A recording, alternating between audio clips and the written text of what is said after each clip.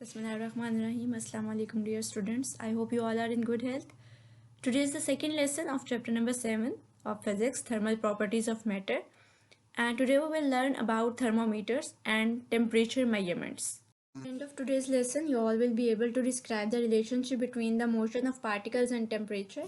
Explain with examples how a physical property which varies with temperature may be used for the measurement of temperature. Justify the need of fixed points in the calibration of thermometers and describe the structure and function of liquid in glass thermometer. First, we have the exercise short questions of the topic temperature and internal energy that we discussed in the last lesson. Previous class में हमने इस topic को जो है thoroughly discuss किया था और आज हम पहले इसके क्वेश्चंस को डिस्कस कर लेंगे और उसके बाद फिर हम मूव करेंगे आज के टॉपिक की तरफ. सो आपकी एक्सरसाइज का शॉर्ट क्वेश्चन नंबर 5 है, what is meant by the temperature of a body. और टेम्परेचर को हमने डिफाइन किया था कि ये बेसिकली डिग्री ऑफ हॉटनेस और कोल्डनेस है, या फिर आप कह सकते हैं फिजिकल क्वांटिटी जो बताती है कि डायरेक्शन जो है हीट फ्लो की वो किस तरह है. Or for example, if you touch the ice, you will feel cold, and if you dip your fingers in the warm water, you will feel warm. तो ये क्या है, बेसिकली टेम्परेचर डिफरेंस है जिससे आपको जो है पता चल सकता है कि एक बॉडी जो है वो हॉटर है या कोल्डर है. फिर नेक्स्ट है define heat as energy in transit. और यहाँ पे एनर्जी इन ट्रांजिट का मतलब एनर्जी ट्रांसफर है बेसिकली. और हमने पढ़ा था कि हीट जो है it is a form of energy which is transferred from one object to the other due to the temperature difference. यानी हॉट बॉडी से कोल्ड बॉडी की तरफ जो है वो हीट मूव करती है, ठीक है. और इसी लिए हम कहते हैं कि हीट जो है ये एनर्जी इन ट्रांजिट है. So it is not true to say that a substance contains heat. हमने ये भी डिस्कस किया था कि ये जो की पॉइंट है ये हमने याद रखना है कि हम ये नहीं कह सकते कि एक सब्सटेंस जो है उसके अंदर हीट प्रेजेंट है, बल्कि हम कहेंगे कि एक सब्सटेंस के अंदर इंटरनल एनर्जी प्रेजेंट है, ठीक है. नेक्स्ट क्वेश्चन है हमारे पास, what does determine the direction of heat flow. कौन सी चीज़ है जो डायरेक्शन जो है बताती है हीट फ्लो का. और हमने पढ़ा था कि टेम्परेचर जो है वो एक फिजिकल क्वांटिटी है जो बताती है कि थर्मल एनर्जी या हीट एनर्जी का जो फ्लो है वो किस डायरेक्शन में होगा, ठीक है. और हमें पता है थर्मल एनर्जी जो है वो मूव करती है हॉट बॉडी से कोल्ड बॉडी की तरफ, यानी हाई टेम्परेचर से लो टेम्परेचर की तरफ. फिर हीट और इंटरनल एनर्जी का कंपैरिजन है हमारे पास कि हीट जो है वो एनर्जी है जो ट्रांसफ़र होती है एक ऑब्जेक्ट से दूसरे ऑब्जेक्ट में टेम्परेचर डिफरेंस की वजह से, और इंटरनल एनर्जी जो है वो सम है काइनेटिक और पोटेंशियल एनर्जी का, ठीक है. और हीट जो है ये सिर्फ तभी पता चलती है जब ये किसी ऑब्जेक्ट के अंदर जा रही है या उससे बाहर की तरफ रिलीज़ हो रही है, जबकि इंटरनल एनर्जी एक बॉडी के अंदर प्रेजेंट होती है. Next short question number 14. When you touch a cold surface, does cold travel from the surface to your hand or does energy travel from your hand to cold surface? तो इस case में क्या पूछा जा रहा है कि जो एनर्जी है वो किस डायरेक्शन में फ्लो करेगी. अब थर्मल एनर्जी और हीट एनर्जी जो है वो फ्लो करती है from hot to cold body, higher temperature से कोल्डर टेम्परेचर की तरफ. तो इस केस में हम कहेंगे कि हमारी हाथ से या हमारी हैंड से जो एनर्जी है वो कोल्ड सरफेस की तरफ जाएगी, ठीक है. नेक्स्ट क्वेश्चन है, can you feel your fever bye touching your on forehead. तो इस केस में अगर हम देखें फीवर के केस में हमारी पूरी बॉडी का टेम्परेचर एक जैसा होता है, यानी अगर आप अपने ही हाथ से अपने ही फॉरहेड का टेम्परेचर चेक करने की कोशिश करेंगे तो आपको वो फील नहीं होगा, क्योंकि आपका हाथ भी उतना ही गर्म है और आपका फॉरहेड भी उतना ही गर्म है. तो टेम्परेचर सिर्फ तब फील होता है जब दोनों बॉडीज़ का जो टेम्परेचर है वो डिफरेंट हो, ठीक है. यानी अगर कोई और पर्सन आपका जो है वो फॉरहेड चेक करेगा तो उसको फील होगा टेम्परेचर, लेकिन आपको खुद को फील नहीं होगा, ठीक है, क्योंकि उस केस में जो टेम्परेचर है वो सेम रहता है, ठीक है. नेक्स्ट जो है एक्सरसाइज कंस्ट्रक्टेड रिस्पॉन्स क्वेश्चन हैं. पहला जो क्वेश्चन नंबर 5 है इसमें relevant to this topic वो है 1 liter of water is heated by a stove and its temperature rises by 2 degrees Celsius. If 2 liters of water is heated on the same stove for the same time, what will be then rise in temperature. पहले 1 litre water है और दूसरा 2 litre water है और time दोनों के लिए same है. तो ये कैसे पॉसिबल है कि जो 2 लीटर वाटर है उसके अंदर भी सेम ही टेम्परेचर राइज हो, जबकि उसके अंदर मॉलिक्यूल ज़्यादा हैं. 1 लीटर वाटर को जब हीट एनर्जी मिलेगी तो उसके हर मॉलिक्यूल को जो है वो ज़्यादा एनर्जी मिलेगी, ठीक है. यानी हर एक मॉलिक्यूल जो होगा 1 लीटर वाटर में वो ज़्यादा हीट एनर्जी गेन करेगा, और ज़्यादा हीट एनर्जी गेन करने का मतलब है ज़्यादा फास्टली मूव करेगा, तो टेम्परेचर राइज होगा ज़्यादा. लेकिन 2 लीटर वाटर की जो मॉलिक्यूल्स हैं वो तो ज़्यादा है as compare to 1 litre water. तो फिर उसमें तो अगर हर एक को मिलेगा, हर एक मॉलिक्यूल को डिवाइड करेंगे हीट एनर्जी, तो उस केस में क्या होगा कि उनको एनर्जी कम मिलेगी as compare to 1 litre water, तो फिर वो ज़्यादा फास्टली मूव नहीं करेंगे, और फास्टली मूव नहीं करेंगे इसका मतलब ये है कि इनका टेम्परेचर राइज नहीं होगा। Next question number 8. There are various objects made of cotton, wood, plastic, metals, etc. In a winter night, compare their temperature with the air temperature by touching them with your hand. यानी एक जो है cold night में या winter night में अगर आप इन सब मटेरियल्स को कंपेयर करें इनके टेम्परेचर को, तो आप क्या फील करेंगे? तो इस केस में हम ये कहेंगे कि जो मेटल्स हैं उनका जो टेम्परेचर है वो, क्योंकि मेटल्स जो हैं वो कंडक्ट करते हैं हीट को, ठीक है, तो अगर आप उसको टच करेंगे मेटल सरफेस को, तो वो इन जो हीट एनर्जी है उसको ज़्यादा जल्दी कंडक्ट करेगा। लेकिन जो कॉटन है, वुड है, ये पुअर कंडक्टर्स हैं, इसलिए ये हमें वार्म ही फील होंगे जैसा कि एयर का टेम्परेचर होगा, क्योंकि ये कंडक्ट नहीं करते, ये पुअर कंडक्टर्स हैं, ठीक है। मेटल्स जो हैं वो गुड कंडक्टर्स हैं, ये हीट को कंडक्ट करते हैं, इस वजह से मेटल सरफेस हमें जो है वो कूल फील होगी, और जो बाकी वुड है, कॉटन है, ये हमें हॉट ही फील होंगे जैसे कि एयर का टेम्परेचर है, क्योंकि ये पुअर कंडक्टर्स हैं। नेक्स्ट क्वेश्चन है, why would you not expect all the molecules in a gas to have the same speed? Gas की जो प्रॉपर्टीज़ हमने डिस्कस की थी उसमें हमने कहा था कि ये रैंडम मूव करते हैं, ठीक है, तो मॉलिक्यूल्स जो हैं वो रैंडमली मूव करते हैं, इस वजह से इनकी जो है ना वो सेम स्पीड नहीं होती। So next question, does it make sense to talk about the temperature of a vacuum? Vacuum एक एम्प्टी स्पेस है जहाँ पे किसी किस्म का कोई मैटर प्रेजेंट नहीं होता, जबकि टेम्परेचर हम कहते हैं average kinetic energy of the molecules. तो जब जहाँ पे जो है वो मैटर ही नहीं है तो वहाँ पे मॉलिक्यूल्स कहाँ होंगे? यानी कि वैक्यूम्स जो स्पेस है उसके अंदर कोई मॉलिक्यूल प्रेजेंट नहीं होता, तो जब मॉलिक्यूल प्रेजेंट नहीं होता तो उनका टेम्परेचर भी नहीं होता, इसीलिए हम कहते हैं कि वैक्यूम स्पेस में टेम्परेचर नहीं होता। नेक्स्ट है, comment on the statement a hot object does not contain heat. Yes, it is true. हमने ये बात बार बार की है कि एक ऑब्जेक्ट के अंदर हीट नहीं होती, बल्कि एक ऑब्जेक्ट के अंदर इंटरनल एनर्जी होती है। हीट की बात हम सिर्फ तब करते हैं जब वो एक बॉडी से दूसरी बॉडी में ट्रांसफ़र हो, या हॉट बॉडी से कोल्ड बॉडी की तरफ ट्रांसफ़र हो। So these all are the questions of the previous topic. Next we are going to start today's topic, that is thermometer and temperature measurement. अच्छा, अब first पे तो बात करते हैं why we need thermometers. Thermometers जो है वो एक बेसिकली ऐसी डिवाइसेस हैं जो कि टेम्परेचर को मैयर और करेक्ट मैयर करने के लिए यूज़ की जाती हैं, यानी एग्जैक्ट मैयरमेंट जो है टेम्परेचर की वो हमें कैसे मिल सकती है? By using thermometer. तो अगर हम सिर्फ अपने हैंड्स को जो है वो यूज़ करते हैं for the sense of touch, तो हमें सिर्फ इतना फील हो सकता है कि ये जो है वो ज़्यादा गर्म है या कम गर्म है, लेकिन हमें एग्जैक्ट जो न्यूमेरिकल वैल्यू है वो पता नहीं चल सकती, ठीक है। तो उसके लिए हमें कोई डिवाइस की ज़रूरत है जो कि हमें एग्जैक्ट बता सके कि इस ऑब्जेक्ट का जो टेम्परेचर है वो कितना है। लाइक आपका एक कप ऑफ टी है, हॉट कप ऑफ टी, ठीक है, जैसे जैसे आपको इमेज में भी नज़र आ रही है, तो अगर आप इसको हाथ से ही फील करेंगे तो वो आपको सिर्फ बहुत गर्म लगेगी, लेकिन कितनी गर्म है, न्यूमेरिकल वैल्यू क्या है, मैग्नीट्यूड क्या है, उसके लिए आपको एक थर्मामीटर को इसके अंदर डिप करना पड़ेगा, ठीक है। तो उसका मर्क्यूरी लेवल राइज होगा, जिससे आपको पता चलेगा कि एग्जैक्ट मेजरमेंट इसकी क्या है। नेक्स्ट वी हैव थर्मामीट्रिक मटीरियल्स, यानी ये वो मटीरियल्स हैं बेसिकली जो थर्मामीटर्स में यूज़ होते हैं for the measurement of temperature. So जो थर्मामीटर्स हैं वो बेसिकली उन सब्सटेंसेस को यूज़ करते हैं, या हम उन सब्सटेंसेस को थर्मामीटर्स को बनाने के लिए यूज़ करते हैं जिनका जो टेम्परेचर है वो विद द आउटसाइड टेम्परेचर जो है वो चेंज हो, ठीक है। तो जैसे हम बात करते हैं लिक्विड्स की, लिक्विड्स जो हैं वो एक्सपेंड करते हैं हीट के साथ, ठीक है, जैसे जैसे टेम्परेचर राइज होता है तो ये एक्सपेंड करते जाते हैं, क्योंकि अपने वॉल्यूम की वजह से इनका वॉल्यूम इंक्रीज़ होता जाता है, ठीक है।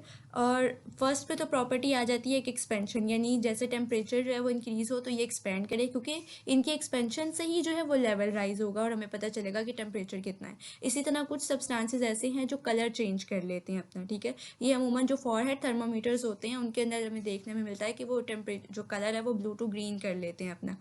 और फिर रेजिस्टेंस है, रेजिस्टेंस की जो प्रॉपर्टी है ये अमूमन पाई जाती है डिजिटल थर्मामीटर्स के अंदर, ठीक है, और you can say the clinical thermometers, ठीक है। इनमें इलेक्ट्रिकल रेजिस्टेंस होती है and this electrical resistance changes with heat, यानी उनकी प्रॉपर्टी उनके अंदर थर्मिस्टर्स होते हैं और वो इस तरह से होते हैं कि टेम्परेचर के चेंज होने से उनकी जो इलेक्ट्रिकल रेजिस्टेंस है उसमें भी चेंज आता है। तो हम ये कह सकते हैं कि टेम्परेचर चेंज होने से उनके जो हमें कैसे पता चलता है कि उसके ऊपर जो रीडिंग आ रही है वो बेसिकली कैसे देता है, वो इसी तरह से देता है कि रेजिस्टेंस को जो है वो रेजिस्टेंस के अंदर वेरिएशन आती है, जिसकी वजह से पता चलता है कि इस बॉडी का टेम्परेचर जो है वो कितना है। नेक्स्ट ईयर आ रहा है एसेंशियल प्रॉपर्टीज ऑफ थर्मामीट्रिक सब्सटेंस, यानी वो सब्सटेंसेस जिनको हमने यूज़ करना है थर्मामीटर्स के अंदर टेम्परेचर मेजरमेंट के लिए, उसकी क्या प्रॉपर्टीज़ होनी चाहिए। सो फर्स्ट पे है हमारे पास good heat conductor. Good heat conductor यानी जो कि फ़ौरन से रिस्पॉन्ड करे, जैसे अगर माइनर भी चेंज आता है टेम्परेचर के अंदर तो उसको भी फ़ौरन से जो है वो रिकॉर्ड करे। नेक्स्ट है यूनिफॉर्म एक्सपेंशन, यानी जैसे जैसे टेम्परेचर इंक्रीज़ होगा तो वैसे वैसे जो है इसकी एक्सपेंशन जो है वो इंक्रीज होती जाएगी, यानी लिक्विड जो है वो यूज़ करना है हमने थर्मामीटर के अंदर जो कि यूनिफॉर्म एक्सपेंशन शो करे, एक जैसी एक्सपेंशन शो करे। उसके बाद हाई बॉइलिंग पॉइंट, जो है लिक्विड को हाई टेम्परेचर के ऊपर ही रहना चाहिए, फ्रीजिंग पॉइंट इसका लो होना चाहिए, और लार्ज एक्सपेंसिविटी यानी कि जो विजिबल एक्सपेंशन आ रही है, जो एक्सपेंशन हो रही है उसकी with the increase in temperature और with the change in temperature, it can be increase it can be decrease, तो टेम्परेचर के साथ साथ जो एक्सपेंशन है वो क्लियर नज़र आनी चाहिए। ठीक है, ये सारी की सारी प्रॉपर्टीज़ जो हैं इनको हम थर्मोमेट्रिक प्रॉपर्टीज़ कहते हैं, जो एक थर्मोमेट्रिक सब्सटेंस में होनी चाहिए। अगर ये नहीं होंगी तो हम उसको एक जो है वो फेवरेबल थर्मोमेट्रिक सब्सटेंस नहीं कह सकते। Next we have liquid in glass thermometer.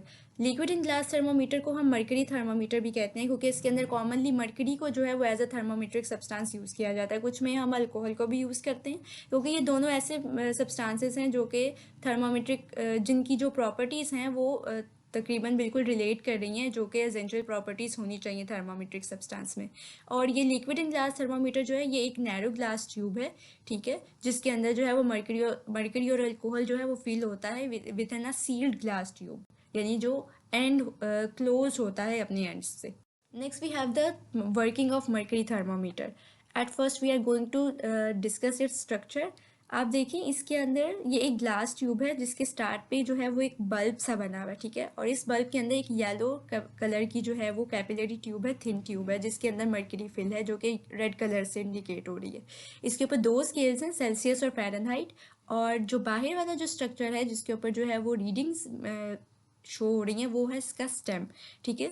अब अगर वर्किंग की बात करें तो जब टेम्परेचर इंक्रीज़ होगा या टेम्परेचर राइज करता है तो मर्करी जो है जो अंदर रेड कलर से इंडिकेट हो रही है ये क्या करेगी, ये राइज करेगी, ठीक है, यूनिफॉर्मली, क्योंकि हमने इसकी प्रॉपर्टीज़ में डिस्कस किया कि ये यूनिफॉर्म एक्सपेंशन शो करेगी विद द टेम्परेचर, ठीक है। और यहाँ पे अगर हम इसकी जो है बात करें, ये क्योंकि कैपिलरी ट्यूब के अंदर है, ठीक है, तो एक क्लियर विजन जो है वो हमें इसका नज़र आता है, और जहाँ तक जिस लेवल तक ये जाएगी वही जो है वो इसकी बेसिकली रीडिंग होगी। अब जैसे अगर इस केस में हम देखें तो ये अबाउट जो है वो 35 और 34 के जो है वो करीब इसकी रीडिंग आ रही है, ठीक है। तो की फीचर्स जो हैं वो क्या होने चाहिए इसके, जो हमारे पास मर्करी थर्मोमीटर है इसमें, क्योंकि हम मर्करी को यूज़ कर रहे हैं और मर्करी जो है ये ओपेक होता है, ठीक है, इसकी जो अपीयरेंस है वो सिल्वरी सी होती है, यानी सिल्वर कलर की जो है वो सिल्वर कलर से ये इंडिकेट होता है, जैसे यहाँ पे ये आपको रेड कलर से इंडिकेट हो रहा है, इसी तरह जो नॉर्मल थर्मामीटर्स जो हम यूज़ करते हैं उसमें ये सिल्वर कलर से जो है वो इंडिकेट हो रहा होता है। तो जब हम टेम्परेचर मेजर करते हैं तो वो जो सिल्वर सब्सटेंस जो है वो मूव करता है अलोंग द स्केल, ठीक है, जिससे हमें पता चल जाता है कि टेम्परेचर कितना है। उसके बाद अल्कोहल जो है इसको कलर किया जाता है, क्योंकि ये जो है ट्रांसपेरेंट होता है वाटर की तरह, तो इसको कलर किया जाता है ब्लू या रेड से, ताकि इसको जो है वो देखा जा सके, इसकी रीडिंग ली जा सके, क्योंकि जो अल्कोहल है ये बेसिकली इसका जो फ्रीजिंग पॉइंट है वो बहुत ज़्यादा कम होता है, तो इसको अमूमन यूज़ किया जाता है वेदर जो है उसका टेम्परेचर मेजर करने के लिए, या जो अंटार्कटिक जो प्लेसेस हैं वहाँ पे उनका टेम्परेचर जो है वो मेजर करने के लिए इसको यूज़ किया जाता है। जबकि मर्करी जो थर्मामीटर है ये अमूमन हमारी कॉमन लैब्स के अंदर जो है वो हम यूज़ करते हैं। Thin bulb walls to allow quick heat transfer, ठीक है, ये जो वॉल है कैपिलरी ट्यूब की ये इसीलिए थिन है ताकि जो ट्रांसफ़र ऑफ हीट है वो जल्दी हो सके। नैरो बोर इंक्रीजेज सेंसिटिविटी, और ये जो कैपिलरी ट्यूब है बेसिकली ये नैरो बोर ये क्या करती है, ये सेंसिटिविटी, किसकी सेंसिटिविटी, हीट की सेंसिटिविटी को जो है वो इंक्रीज करती है। Next there are 3 temperature scales जो कि यूज़ किए जाते हैं टेम्परेचर को मेजर करने के लिए। एक तो सेल्सियस है जो कॉमनली हम यूज़ करते हैं, लोअर फिक्स पॉइंट इसका 0 होता है और अपर फिक्स पॉइंट इसका 100 होता है, यानी टोटल 100 इक्वल डिवीजन्स होती हैं इसमें। फिर सेकंड है फ़ारेनहाइट जो कि जिसका लोअर पॉइंट जो है वो 32 डिग्री फ़ारेनहाइट है और अपर फिक्स पॉइंट जो है वो 212 डिग्री फ़ारेनहाइट है, और इसमें 180 इक्वल डिवीजन्स होती हैं। जबकि केल्विन जो है, जिसको एब्सोल्यूट स्केल भी कहते हैं, इसका लोअर फिक्स पॉइंट जो है वो 273 है और अपर फिक्स पॉइंट जो है वो 373 है। इसमें भी 100 इक्वल डिवीजन्स है। और केल्विन स्केल जो है ये केल्विन जो है ये एक SI यूनिट के तौर पर भी यूज़ होता है टेम्परेचर के। Next there are fix points that are present in the thermometer. एक है लोअर फिक्स पॉइंट और एक है upper fix point. Lower fix point जो है ये आइस पॉइंट है, यानी जिस पे जो प्योर आइस है वो मेल्ट करती है अबाउट 0 डिग्री सेल्सियस पे। और अपर फिक्स पॉइंट जो है ये स्टीम पॉइंट है, यानी जिस पे वाटर जो है वो कन्वर्ट होगा स्टीम के अंदर, ठीक है। तो ये slightly above the boiling point of water at standard pressure, जो स्टैंडर्ड एटमॉस्फेरिक प्रेशर है उससे स्लाइटली अबव होती है इसकी value. Next here are the conversion formulas, यानी एक स्केल से हम दूसरे स्केल में किस तरह से कन्वर्जन कर सकते हैं। अगर आपके पास वैल्यू सेल्सियस में गिवन है और आपसे पूछा गया है कि इसको फ़ारेनहाइट में कन्वर्ट करें, तो फ़ारेनहाइट में कन्वर्ट करने के लिए आपको फार्मूला जो है वो ये मेमोराइज करना पड़ेगा। TF is equals to 9/5 multiply TC plus 32। यहाँ पे TF जो है ये टेम्परेचर इन फ़ारेनहाइट है, ठीक है, ये जो आपने कैलकुलेट करना होगा। और जो TC है ये टेम्परेचर इन सेल्सियस है, ठीक है, जो कि आपको गिवन होगा। फॉर एग्जांपल आपको गिवन है 25 डिग्री सेल्सियस और आप उसको ही यहाँ पे पुट करें, तो आप देखें 9/5 मल्टीप्लाई 25 प्लस 32।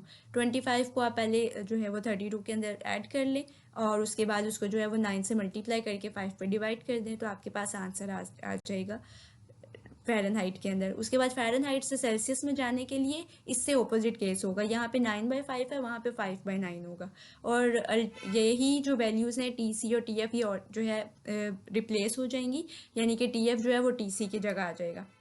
और यहाँ पे जो है वो माइनस होगी वैल्यू 32 की, ठीक है।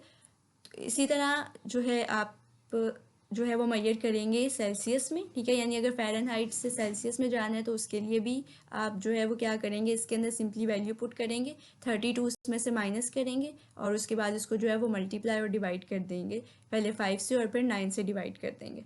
उसके बाद केल्विन से सेल्सियस में जाने के लिए जो है सिंपल फार्मूला है ये TC प्लस 273। फॉर एग्जांपल आपके पास 25 जो है वो डिग्री सेल्सियस एक वैल्यू है, ठीक है, जो कि अमूमन रूम टेम्परेचर होता है। इसको अगर आपने मेजर करना है कि केल्विन में ये कितना होगा, तो वो आपके पास आपने क्या करना है कि 25 प्लस 273 आप जो है वो प्लस करें तो ये अबाउट 298 केल्विन जो है वो आपका आंसर आ जाएगा, ठीक है। तो इस तरह से जो है वो आप कन्वर्जन्स कर सकते हैं एक स्केल से दूसरे स्केल में।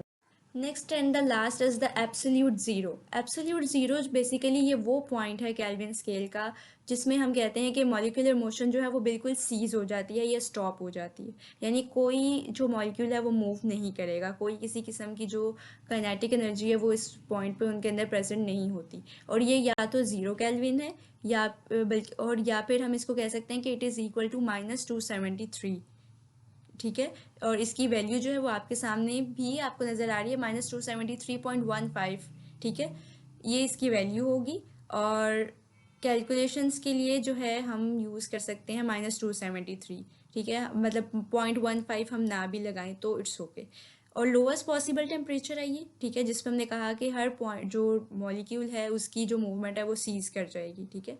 और हम कहेंगे कि एवरेज काइनेटिक एनर्जी जो है वो 0 हो गई है। तो matter can not exist below this point, और इस पॉइंट से नीचे जो है कोई भी मैटर एग्जिस्ट नहीं करता, यानी 0 केल्विन या -273 से नीचे किसी भी बॉडी का टेम्परेचर जो है वो नहीं होता।